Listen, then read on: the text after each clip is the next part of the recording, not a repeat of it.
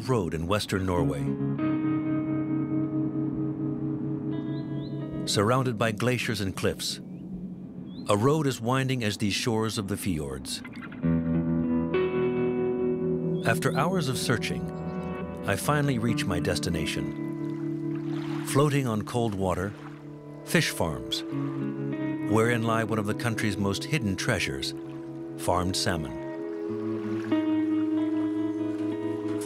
In these deserted places, surrounded by fences and closed doors, I have an appointment with a man who wants to reveal what he considers to be a scandal, hidden under the waters of the fjords.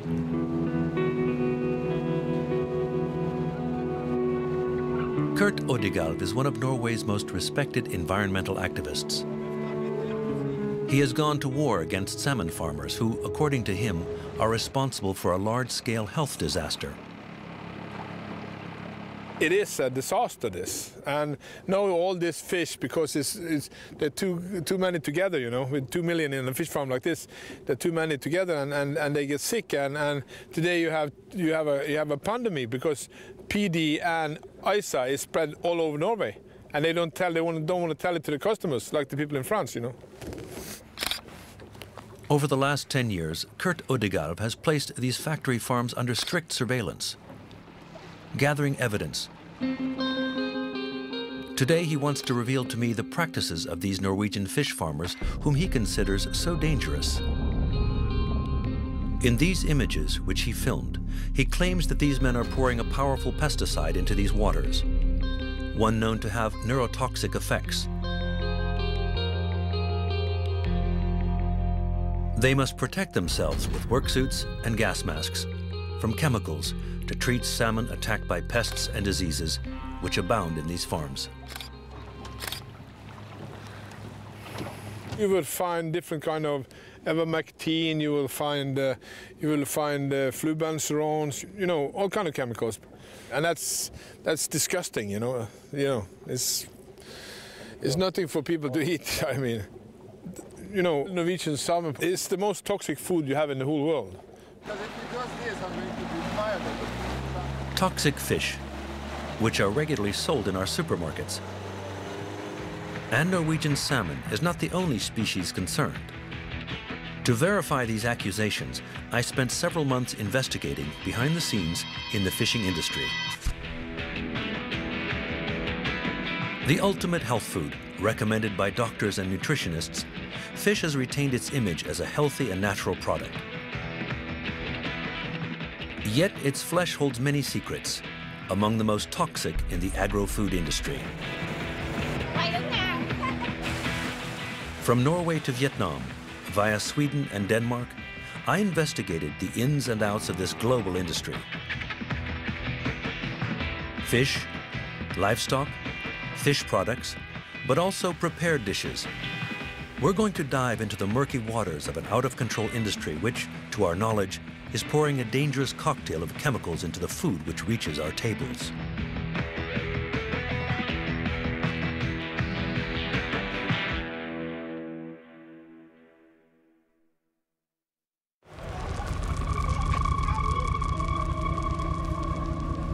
In France, fish consumption has more than doubled over the last 50 years. It has now reached 37 pounds per year per capita. That's more than beef or chicken. To meet the demand, new fish have appeared today, and today's fish shops hardly resemble those of the past. Hello, young man. Hello. What would you like? I'd like 2 salmon fillets, please. Okay. Okay. In this Parisian fish shop, the salmon is Scottish, the bass is Greek, and apart from the trout, not a French fish to be seen. We have very little French fish because we know that's not what we're getting. They just say it's from certain zones in the North Atlantic. A few years ago, we had a lot more precise information. Today, the vast majority of fish consumed in France is imported, and nearly half of it is farmed fish. We have farmed salmon, bass, and bream. Approximately 60% is fish from the sea, and the rest is farmed. Fish which are much cheaper than fished products, such as these farmed salmon fillets or these panga fillets. At €12.90 per kilo, it's the cheapest fish in the store. At $12.90 per kilo, that allows some people to be able to eat fish inexpensively. They can't afford to buy cod fillets at €32 a kilo. It sells very well. When's the next shipment? Tomorrow. Relatively unknown until 10 years ago, today, panga is one of the 10 most consumed fish in France. It can be found in fish shops and also in most supermarkets as frozen fillets.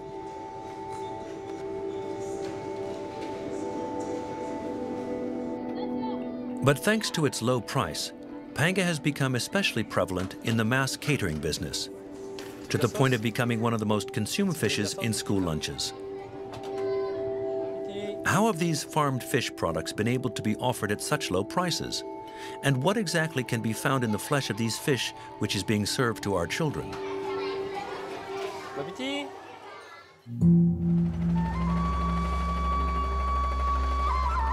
In southern Vietnam, in the Mekong Delta, the first step of my investigation. Here, panga is part of the culinary traditions, sold in the markets, consumed every day in restaurants.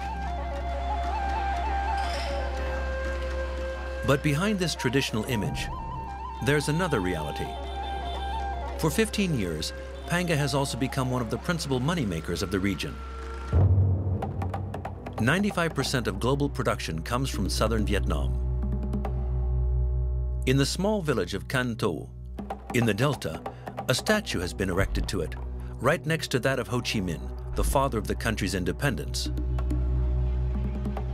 I'm to discover that this economic success also hides a darker side, exploiting the inhabitants as well as the environment.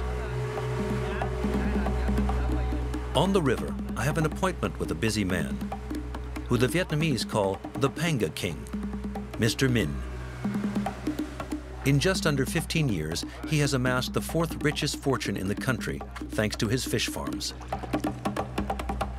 He exports panga to more than 30 different countries, including France. For the first time, he has accepted to open his doors to television cameras. Hello, Mr. Minh.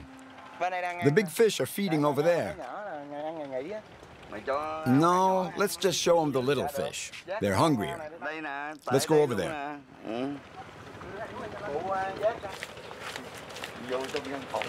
Mr. Minh's fortune can be found entirely under the water of these fish ponds. To understand its magnitude, you must come here early in the morning and watch the show while the fish have their breakfast.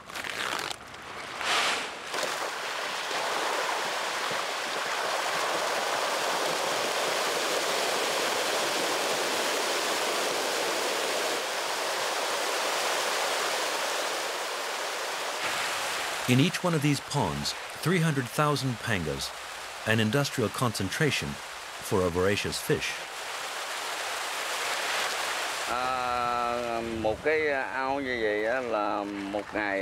We feed these panga twice a day, and each time we give them 3 tons of food. That's how we feed them. Stuffed with dry pellet feed, bloated with fat and protein, the fish reach adult size in just 6 months, 2 times faster than in nature. To ensure production, Mr. Minh has over 350 ponds of this kind. On my farms, there are 100 million panga. You must realize there are more fish in my ponds than there are people in all of Vietnam. After 6 months of farming, 25 tons of fish have been harvested per pond. But for panga, it is only the beginning of their journey to the plates on European tables. For maximum consumer appeal, Mr. Minh will put them through a radical transformation in one of his 8 fish processing plants. In less than an hour, they will become frozen fillets filled with additives ready for export.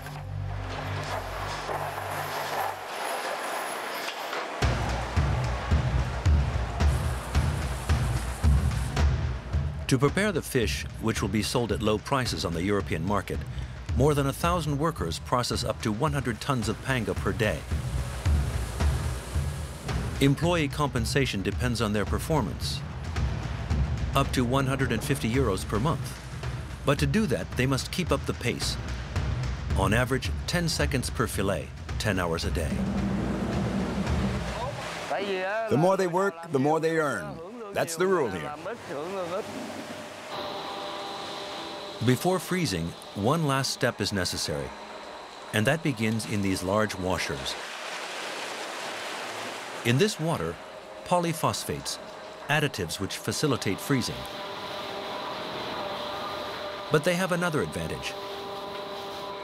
They allow the fillets to soak up water which artificially increases their weight. In the end, the fish are tasteless and odorless.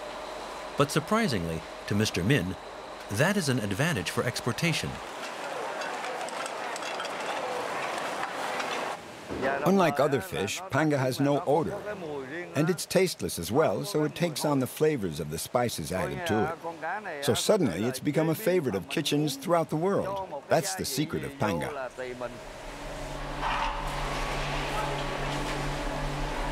Every year, Vietnam exports 1.5 billion of these low-cost, colorless, and odorless fillets.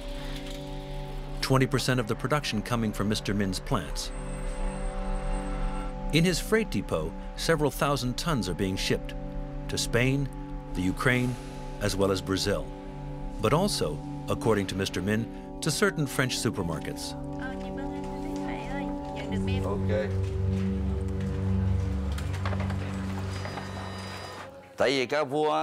This is the bill for our fish which is being sent to Carrefour.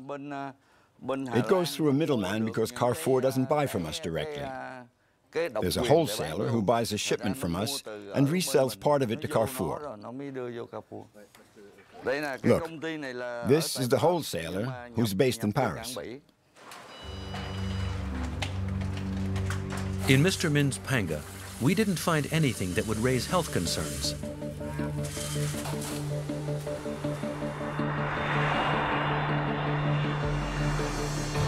But on other fish farms, some fish have flesh with dangerous chemical cocktail concentrations. Most farmed panga are sick because of the pollution from the Mekong waters. Mr. Nguyen is the local representative of the WWF. In 2009, this association put panga on its red list of products which are dangerous to the environment as well as to the consumer. Look, there. That's a fish farm. There are panga right there. The panga on this farm are raised in water directly pumped into the channel, one of thousands of small tributaries of the Mekong with high pollution levels. The pollution can be seen with the naked eye. You only have to compare the color of these small channels with that of the main river. Here it's much darker. It's because of all the human activity around it. Into these channels, millions of Vietnamese dump their household waste on a daily basis. The region is also the world's largest rice exporter. Intensive cultivation practices which spread massive amounts of pesticides. Faced with this cocktail of pollutants, the waters have reached high alert status. These channels concentrate green algae and bacteria, which destroy the oxygen and release toxins into the water. And that can make the panga sick? Yes, of course. Because by reducing the oxygen levels in the water, it affects the immune system and the health of the fish. And to treat their panga sickened by pollution, farmers pour industrial quantities of drugs into the ponds.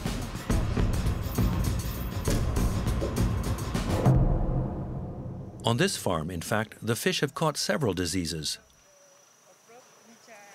So this is a big farm, huh? Yes. Patrick Kestemont is a researcher at the University of Namur in Belgium. He came to help this farmer to treat his sick panga. They do not have too many problems with diseases. On the body. Oh, yes, to their bodies. And there is also bleeding. bleeding in the fin areas. Yes. Bleeding. Okay, bleeding. Yeah. Oh, yes. Yeah, he fights with the problem with the And they also get a liver disease. in the liver. Yes. Yeah. Does he have some stages? Patrick Questemont is going to discover that to treat the fish, farmers use dangerous doses of drugs.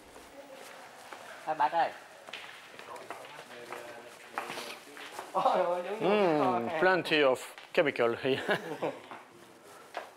Okay. Yes. Yes, here you can see the antibiotics. In this local pharmacy, there are hundreds of boxes of antibiotics of all kinds. Heavily used on the farms, they cause a chain reaction. Okay. The problem is that there are always residues. They're found in the environment, and eventually the bacteria becomes resistant to these antibiotics. Regularly administered to the fish, these antibiotics heighten the diseases they are supposed to fight, forcing the producers to raise the dosages. A vicious circle because today the farmer can't avoid it. If the fish consume the antibiotics, they become absorbed into its tissues, and it will be released as a form of residue via feces, via excretions, and then these antibiotic residues will be found elsewhere, in the channels, to the point where they can also spread to other farms, because these waters are also used by other fish farmers. To stop this vicious cycle, Patrick Questemont is trying to promote less polluting drugs. But they are much too expensive for farmers who complain about the market prices of their fish being offered by Western distributors. Oh yes, sulfadiazine. Our production costs are 23,000 dong per kilo, but our selling price is only 22,000 dong, so we're already losing money. Okay, so no good for the business, huh? But sometimes it's After the antibiotics, Patrick Questemont will make an even more disturbing discovery. Ouf, ici aussi il y a du stock. Fumarate, manganese, gluconate, copper gluconate. No antibiotic, right? No, it looks like Like chemicals and again pesticide. hemoglobin. Okay.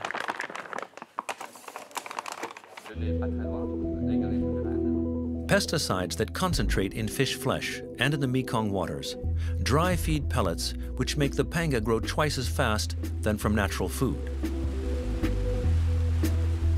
and a record number of fish concentrated in the ponds. These farming conditions put consumers' health at risk. Here in Vietnam is where my investigation ends because there haven't been any independent scientific studies conducted here on the subject. To find the answer, I'm to return to a country that has pushed the use of chemicals and industrial farming techniques even further.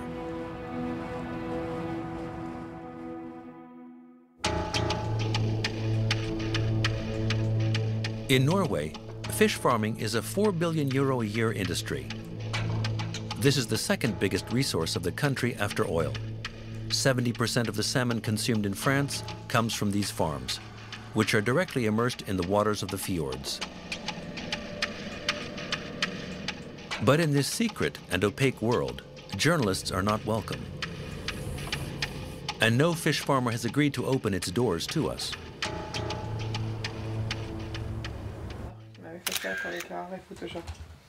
Photoshop it. Once again, I find Kurt Odegalv, the activist who fights against the methods used by the Norwegian fish farmers.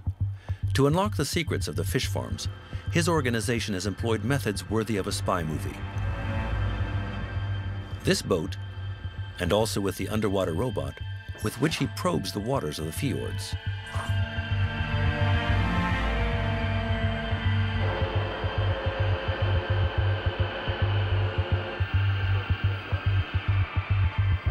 It's filled with bacteria.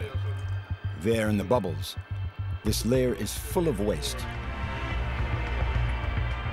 Under the farms, mountains of sediment, 15 meters high, where there is a mixture of food scraps and chemicals which are poured into the farms every day.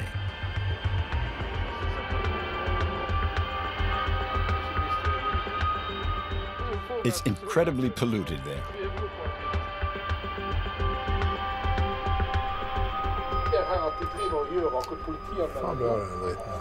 What kind of elements is this? This considers all the toxins been sprayed for the fish to delicing, and it contains the fish shit itself. And you will see the sea bottom is completely destroyed, you know. And that's a gas factory, you know. It bubbles up with all kind of methane, and some of these pesticides they're using is the same that was used during the First World War to gas people. They have complete protect, they have gloves, they have everything, you know. The main problem for Norwegian fish farmers is this parasite, the sea lice. It lodges in the fish flesh and can kill them. Becoming resistant to all the treatments, it forces the farmers to use pesticides, which are more and more potent. These farming conditions produce frightening consequences in the fish, like in these cod, deformed by genetic mutations. This is a escaped cod from a fish farm, from a cod farm. Nearly 50% of the cod is born like this. They can never close their mouth. This is a genetic damage. It takes 8 generations in the sea to get this away. You understand? Yeah. And female cod of this type is known to get pregnant with wild male cod. See the beautiful faces, you know? Yeah. You don't eat things like this. But if you chop the head off, you wouldn't see it, you know? Salmon also suffer less visible but equally disturbing transformations. See, this is a much smaller tail. It has bigger tails with more sharp corners. And the shell is not covering the gills, you know? That's very normal. What we find inside the fish is even worse. Typical. This is no. What the hell? See this? This is a fresh salmon, you see? Yeah. How it's breaking, you see? This is no good fish, you know? This you should be able to tug back and forth. It shouldn't break like this, you know? A wild salmon contains 5 to 7% fat. This contains between 14.5% and 34% fat, you understand? And since the toxic is always following the fat, you know? This is the most toxic food you have in the world. This one is. Since these fish have more fat, the flesh of farmed fish absorb higher levels of chemical residues. And the observations of Kurt Odegaard have now been confirmed by the studies of a French researcher. Jérôme Ruzan works for the University of Bergen in Norway. He measured the concentration of toxic chemicals present in various food products. And the results that he obtained are enlightening. The different colors represent different pollutants. Here you have different food products. Hamburger, whole milk, eggs, apples, potatoes, cod, and farmed salmon. That's incredible. We can see from the chart that the farmed fish has much higher levels than the other products. Compared to other products, we can see very clearly that farmed salmon contains much more pollutants. You can see the number as well as I can. Farmed fish is 5 times more toxic than all the other products found in our supermarkets. For Jérôme Ruzan, the conclusion is obvious. Do you still eat farmed fish? No, I don't. You've stopped since these studies? Yeah. You simply must avoid exposure to these pollutants. By ingesting them, you're exposed. That's obvious. Because it not only is about measuring these pollutants, it's also about evaluating their effects on these laboratory rats. Here we have a test group that we used as the control group, where the mice ate standard laboratory food and we tested them. Then we had another test group that had exactly the same food, except that we added farmed salmon to it. For the test group, fed with the farmed salmon, he obtained some very disturbing results. What we have here is adipose, or fatty tissue from the abdomen. If you look at what happens to the farmed salmon, it's pretty impressive. Eating farmed fish has made them obese and diabetic. If organisms are exposed to different pollutants, some of these pollutants are going to make the organism accumulate more fat. So a theory has been formulated which correlates obesity being a consequence of all the pollutants we encounter in the environment. Jérôme Rouzan then makes another revelation. According to his research, what makes the salmon flesh most toxic is not the pesticide poured into the farms, but rather the dry pellet feed which are fed to the fish. The pollutants come mainly from the food which is fed to the salmon. What are these pollutants? There are dioxins, PCBs, dieldrin, aldrin, toxaphene, all these chemicals. How is it that this is found in the dry pellet feed? Well, you'll have to ask those who make the fish feed. What is certain is that the effects can be huge. That's what's dangerous. Simple dry pellet feed, which is even more dangerous than pesticides and antibiotics. How is it made? And why is it so toxic?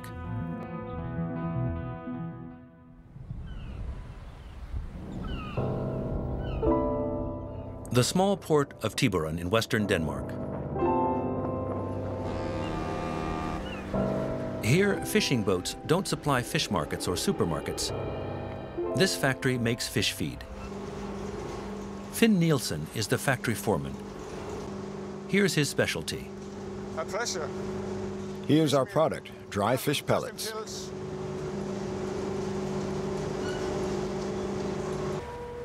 These pellets are made from the flesh of freshly caught fish. That day, a shipment of sand eels was sucked directly into the ship's holds through this pipe, which carries them to the processing workshops.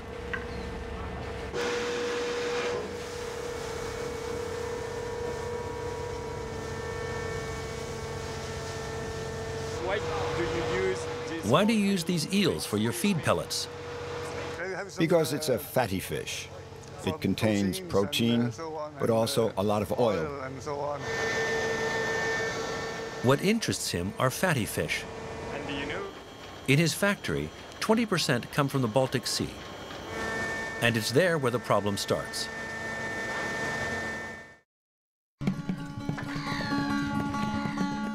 The Baltic is one of the most polluted seas in the world. And some of the species they catch there have become toxic, contaminating the pellets, but also the entire food chain.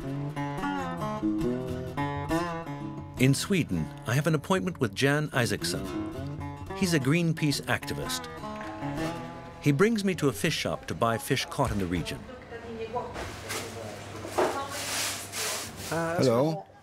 I'd like some herring and salmon, please.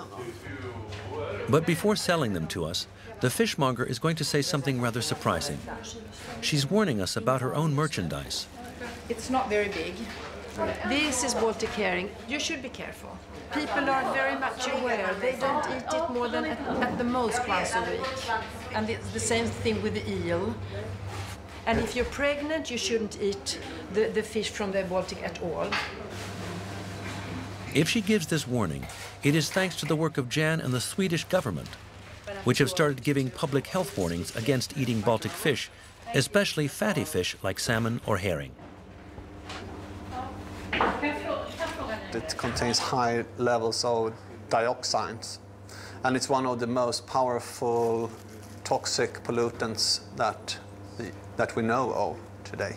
And extremely low levels of dioxins can have effects on your hormone systems. It can cause cancer. To find the source of this pollution, we don't have to look very far. So let's try the small road. Just an hour's drive outside of Stockholm to this chemical plant, which turns Swedish trees into paper.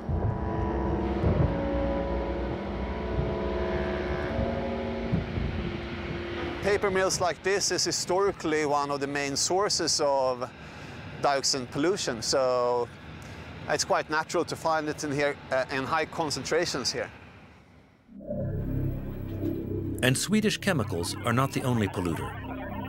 Around the Baltic Sea, 9 highly industrialized countries, including Germany and Russia, dump their chemical waste. An almost closed sea, whose waters are not renewed for 30 years. The chemicals are concentrated here and end up in the fish. These pollutants, they bind to the fat in your body, and that's why salmon and herring is extra vulnerable to this pollutant, because you have a very fatty meat, which we like because of the omega-3. But at the same time, they bind a lot of these very, very dangerous toxics. These chemicals then move up the food chain.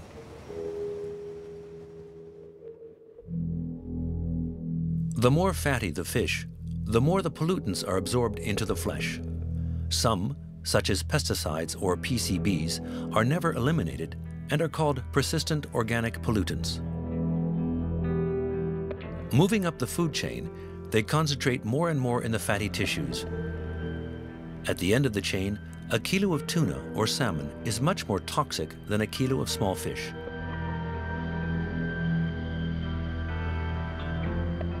Consequently, some fatty fish from the Baltic have become unfit for consumption. So they are harder to find on the consumer's plate. So, they find themselves in heavy demand in the market for making dry pellet fish feed. And that's where the toxicity builds up.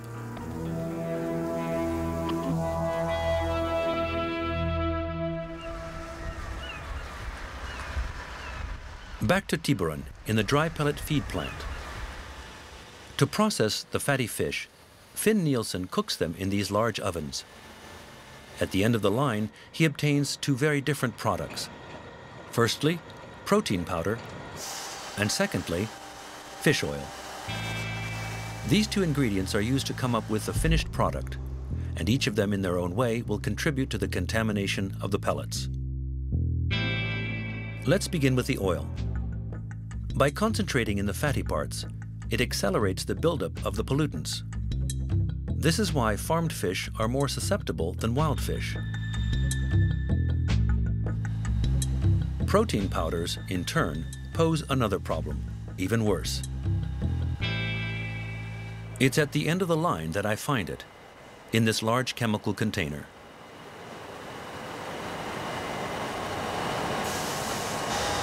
The antioxidant ends up in the protein powder here. It's called ethoxyquin. Ethoxyquin, a product that Finn Nielsen uses extensively, but apparently he doesn't know anything about. What is it used for? What happens if you don't use it? I don't know what it is. I just know I have to put it in. Why is this mysterious chemical used? And does it pose a threat to consumers? This is the story of one of the best-kept secrets of the food processing industry. At first glance, ethoxyquin has no place in a food factory. The product was registered in 1959 by Monsanto, the giant US chemical company, in the category of pesticides. It was used to treat rubber, but also fruits and vegetables. Its use is strictly regulated and limited. What is it doing in fish feed?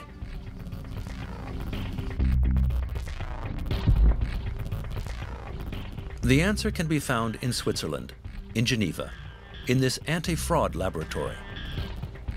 2 years ago, Patrick Eder and Didier Ortelli were surprised to find ethoxyquin in the flesh of farmed fish in extremely high levels, well above the 50 micrograms per kilogram permitted in foodstuffs.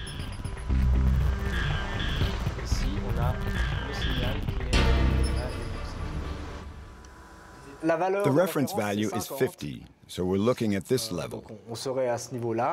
And we see that in our fish, the measurements are 10 to 20 times more than this standard because concentrations of between 500 and 800 or nearly 1,000 micrograms per kilogram have been found. so they're extremely higher than the norm. They're a lot higher than the norm. We don't see that in wild fish. This is logical since they're not fed fish meal. On the other hand, all the fish coming from the aquaculture industry are contaminated with ethoxyquine. Before them, nobody had ever thought to look for ethoxyquine in fish, and for good reason. The product is supposed to protect fruits and vegetables, but meal manufacturers have found another use for it. So in fact, it's put into the fish meal to prevent the fat which is present from becoming rancid, thus ensuring the quality of the fat. The problem is that the manufacturers of the dry meal pellets did not notify the health authorities of the change in use. The result? Ethoxyquine levels are strictly controlled in fruits and vegetables, and even meat, but not in fish. It's paradoxical that there are standards set for cattle and chickens, but no standards for fish. Even worse than that, you can find standards set for kangaroos, for reptiles, but none at all for fish. And Patrick Eder made an even stranger discovery. The effects of ethoxyquine on human health have actually never been evaluated by the EFSA, the European Food Safety Agency. A lot of things are missing if you take a hard look at the EFSA's report concerning long-term toxicity and aspects related to cancer. No valid studies have been submitted concerning the levels of toxicity in reproduction or fetal development. No valid studies have been submitted on neurotoxicity either. So after all, the EFSA could not even establish an acceptable daily intake level because it claims it was not able to calculate it due to insufficient data. If such a substance is to be introduced to the marketplace, it certainly shouldn't have been done using such weak studies. Only one serious study has been published. It comes from a Norwegian researcher. We have found almost nothing except this thesis, which was written in Norway. I decided to track down this researcher. She defended her thesis in Bergen in western Norway, in this state research institute, the NIFES. However, since then she has lost her job there, so I found her at home.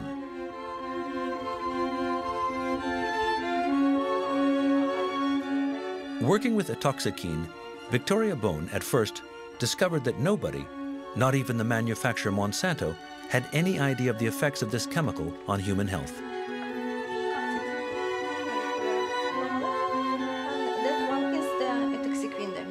I think in fact, no one asked if it was a safe product. They just assumed that it wouldn't pose a problem.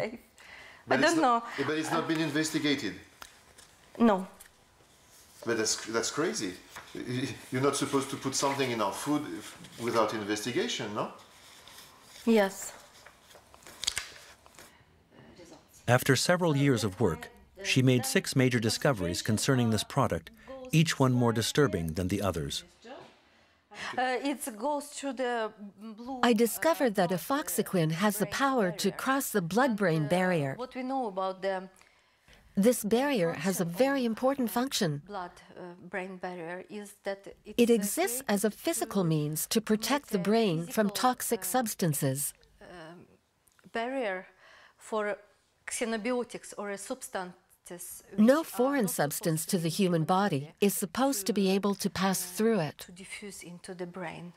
But this substance can still go through. Yes. So that's really bad. Yes. It's really bad. Of course.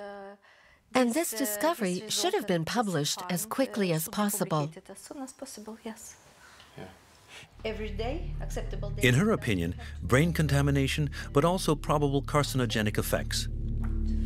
The problem is that over the last few years, Victoria Bone hasn't been able to publish any of her results in a scientific journal. But it's not published yet. Oh, yeah. Why can you not make it? Who doesn't want you to make Because it? I'm not. Because I'm no longer employed at the institute. I lost my status as a researcher, and suddenly I didn't have the right to publish my scientific research. At the end of her thesis, and despite her many discoveries, Victoria Bone had indeed left the State Research Institute, officially, voluntarily. But I was about to discover that the reality was a bit different from the official version. Because I finally decided that I no longer wanted to deal with this question anymore. Why? You say you have 6 publications ready. You seem like you want to publish it. You seem frustrated. I mean. Do you like... If you will take away camera, then we can talk first about this, and then... Off camera, Victoria Boone confirms that she had been pressured, and there were even some attempts to falsify some of her results. I can tell you now this... In the hope of finding a job and one day publishing her research, she chose not to denounce these practices in the media. But others have done so before her, because she was not the first to have been forced out. In 2006, this woman, Claudette Bethune, also a researcher at the NIFES, had also measured the presence of hazardous substances in salmon. In a Norwegian newspaper, she had accused her superiors and the Ministry of Fisheries of pressuring her and falsifying her findings.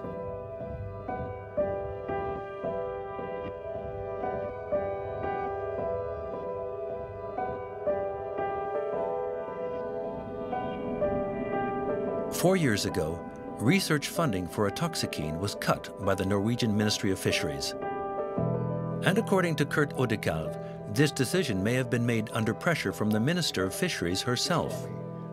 She is also the author of the food security system that's controlling the fish farm diseases.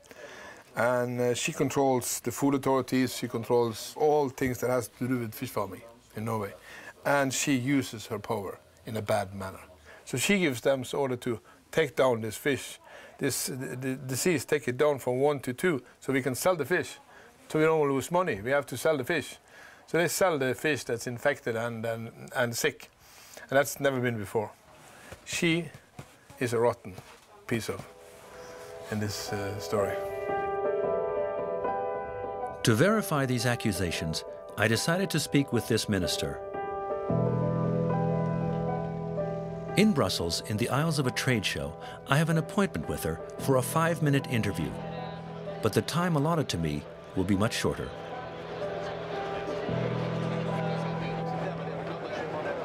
The people at the NIFES, they say they're trying to do some research about a substance called atoxikine, but they say they don't have money to do it. Are you going to fund some research about atoxikine?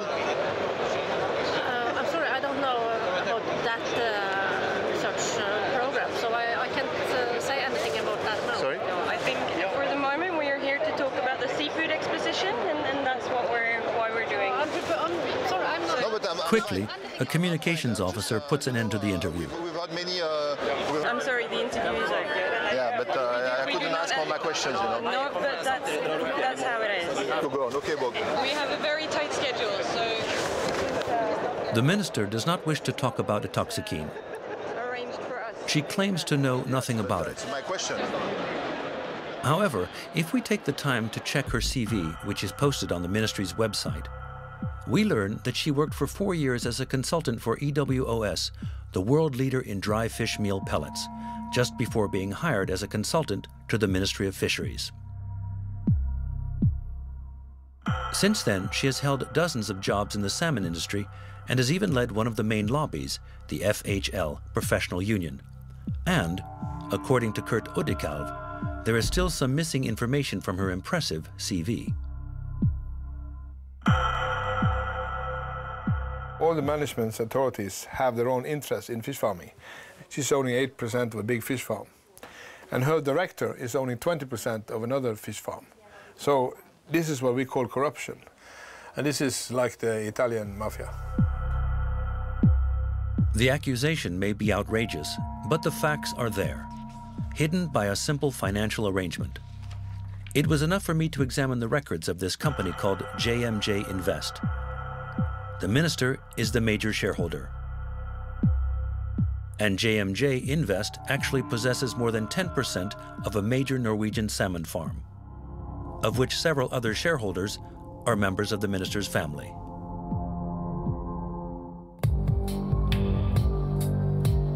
Toxic fish, Researchers muzzled, a minister with a conflict of interest, I left Norway a little surprised by what I had just learned. But my investigation is not quite finished yet. I still have to discover how these fish sometimes make it to our plates without us even knowing it. All it takes is for a manufacturer to decide to discreetly mislabel a product, exactly as what happened in the horse meat scandal.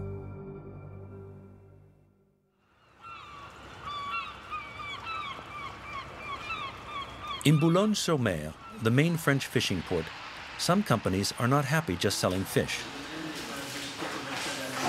They also produce a product, totally unknown to consumers, which are widely used in prepared dishes. This day, a shipment of cod from the Baltic arrives. On one side, the fillets are piling up. On the other, the waste, which will not be lost. And what are you filleting here? Is it a small cod? Luce Sergent works for a company specializing in the processing of fish waste.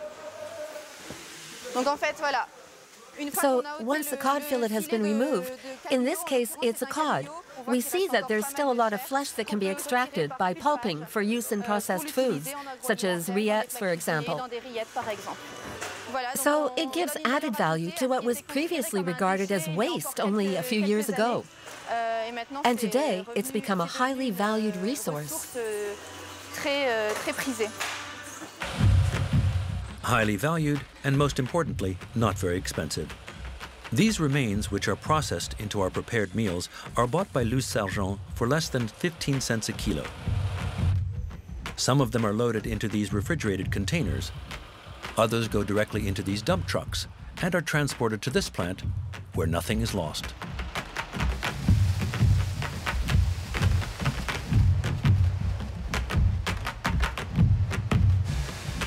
Firstly, the fish skins are recovered for use in the cosmetic industry. As to the heads and the flesh that remains attached to the bones, they are sent to be processed in this workshop. But when we arrived, all of the machines had been turned off, even though it's pretty clear that they had recently been in use. But just before our visit, the boss of the plant ordered the production line to be shut down. Showing the workshop procedures doesn't bother him. He's just afraid that consumers would be shocked if they saw what the pulp looks like.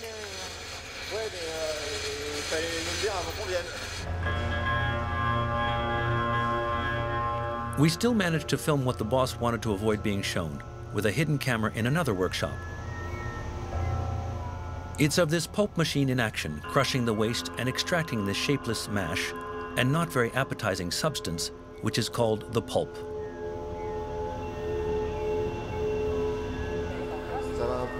Once washed, here is what the finished product looks like. This one was made from the remains of a fatty fish, trout. What can that pulp be used for example? It's usually used in prepared meals, but also in a lot of pet foods. In what? For feeding dogs and cats. The advantage of this product is, first and foremost, its price. The pulp sells for around €1.30 per kilo, 10 times cheaper than a fish fillet. So it's really in demand for food manufacturers, especially since they are not required to indicate on their products' labels that they contain pulp. A plant which makes prepared meals in Western France. This morning, fraud control teams make a surprise inspection. So, Mr. Emmerich, head of the Social Protection Department. Hello, welcome. Jean-Michel Emmerich came to inspect the stocks of this famous brand food processing company. And this cod and potato pie, he wants to check its composition. So this is the list of ingredients. You have water, cod, 23%, made up exclusively of cod and salt. So the professional's job is to determine if there is indeed 23% of the pure product in this meal. Pure product, in a manner of speaking. When a prepared meal is labeled, for example, made with cod, without adding the words fish fillet, it is usually made with pulp. You cut off the edges, and you take sample pieces from the middle. Jean-Michel Emerick wants to check that the composition of the pulp block corresponds to what is indicated on the label. So here we have a block of fish flesh, which has been compressed because it's a frozen product. So obviously it's easier to hide other fish species by mixing them in with the cod than it would be if they were presented as fillets.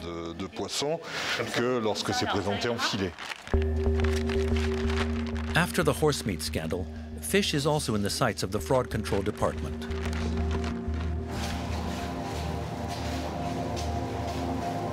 The samples are sent for DNA analysis to the Marseille National Analysis Laboratory, led by Frédéric Saltron. Identifying fish is a long and complex process. According to a recent US study, 1 out of 3 fish labels is misleading, and that's the case with our pulp sample. It says there are several things in it. This shows there's a part of Pacific cod, and there are 3 parts of Alaskan pollock, as we see here on the Alaskan pollock comparison sample. So roughly speaking, we have Pacific cod and Alaskan pollock. Yes. But Alaskan pollock hasn't been mentioned as an ingredient. No. So that's illegal. It's an anomaly. We'll have to have the professional explain the possible origin of the Alaskan pollock in the pulp of this raw material. We shouldn't exclude the possibility of the accidental origin of the fish, or simply the fact that Alaskan pollock is cheaper than Pacific cod, which could be a case of fraud. And you also have another kind of possible fraud, which would be passing off a farmed fish as a wild one. Pollock in place of cod. In pulp, species substitutions are much more frequent and pose a problem of traceability. Today, the entire fish industry may be affected by these health concerns. So much so that some health professionals are completely changing their viewpoints concerning fish. Jean-Loup Mouisset is an oncologist. Today he is hosting an awareness-raising workshop on the causes of cancer for these women, all of whom are affected by the disease. Our goal is not to go after the guilty parties, but rather to take measures that will help prevent recurrence. And among the many causes that may lead to cancer, fish has become one of his concerns. Simple advice. Don't eat much big fish, like salmon or tuna, not more than once or twice a month. You should eat small fish, rich in omega-3s if possible. For someone who has breast cancer, I would recommend small fish. Eating fish may affect my health, is that what you're saying? Yes. Yes, before it was good because of its measurable constituents, rich in omega-3s in particular, and vitamin D. You weren't given a spoonful of cod liver oil during your childhood for nothing, because it was rich in vitamin D and was beneficial to your health. But suddenly, we find fish that is full of pesticides and mercury. And if it's fish from Finland, we know that there is a lot of radioactivity, still 20 years after Chernobyl. So it's fish that shouldn't be eaten. It's fish that's full of radioactivity, mercury, heavy metals, PCBs, dioxins, etc.